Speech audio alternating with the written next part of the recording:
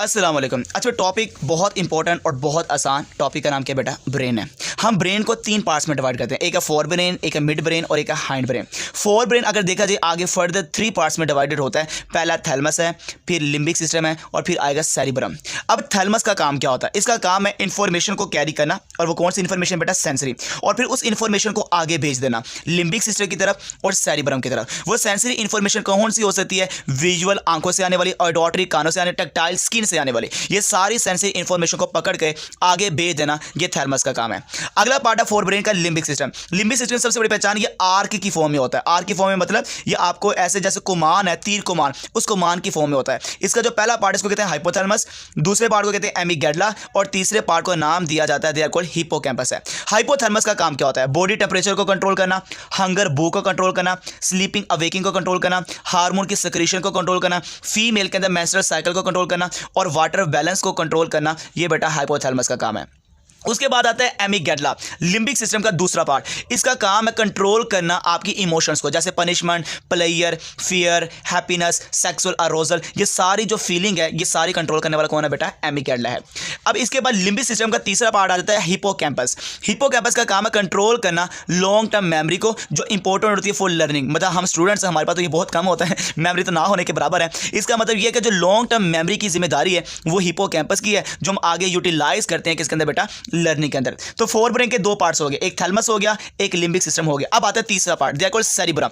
Cerebrum forebrain का सबसे बड़ा पार्ट है, लार्जेस्ट पार्ट है। इसको 2 पार्ट्स में डिवाइड करते हैं, 2 पार्ट्स में, एक है राइट साइड और एक है left side. Right side control करता है हमारी बॉडी के लेफ्ट साइड को और लेफ्ट साइड कंट्रोल करता है हमारी बॉडी के राइट साइड को। मतलब ये देखा जाए हमारे ब्रेन के जो दोनों पार्ट्स हैं सेरिब्रम के, ये ऑपोजिट बॉडी पार्ट्स को कंट्रोल करते हैं।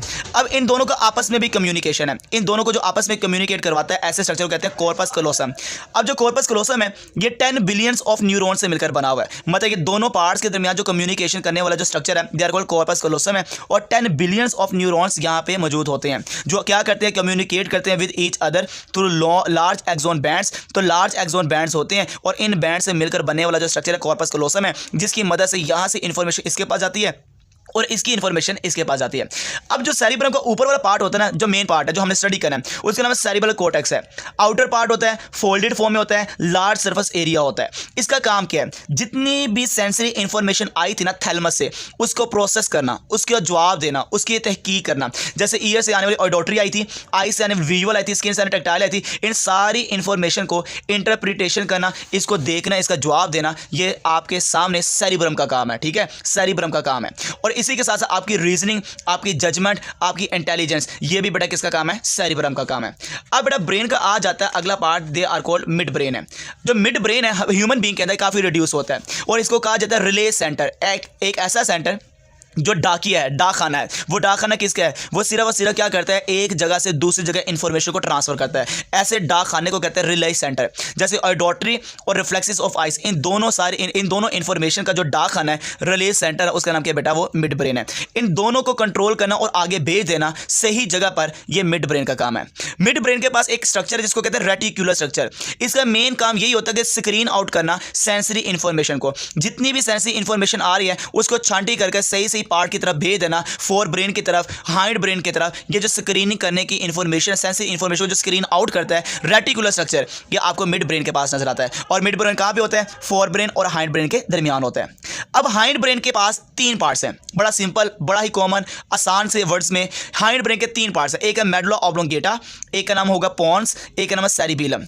मेडुला ऑब्लोंगेटा का काम है ऑटोनॉमिक फंक्शंस को कंट्रोल करना, जैसे ब्रीथिंग, स्वेलो करना, ब्लड प्रेशर, हार्ट बीट, इन सब को कंट्रोल करना। जो ऑटोनॉमिक हमारी बॉडी में चल रहा है ये मेडुला ऑब्लोंगेटा कंट्रोल कर रहा है।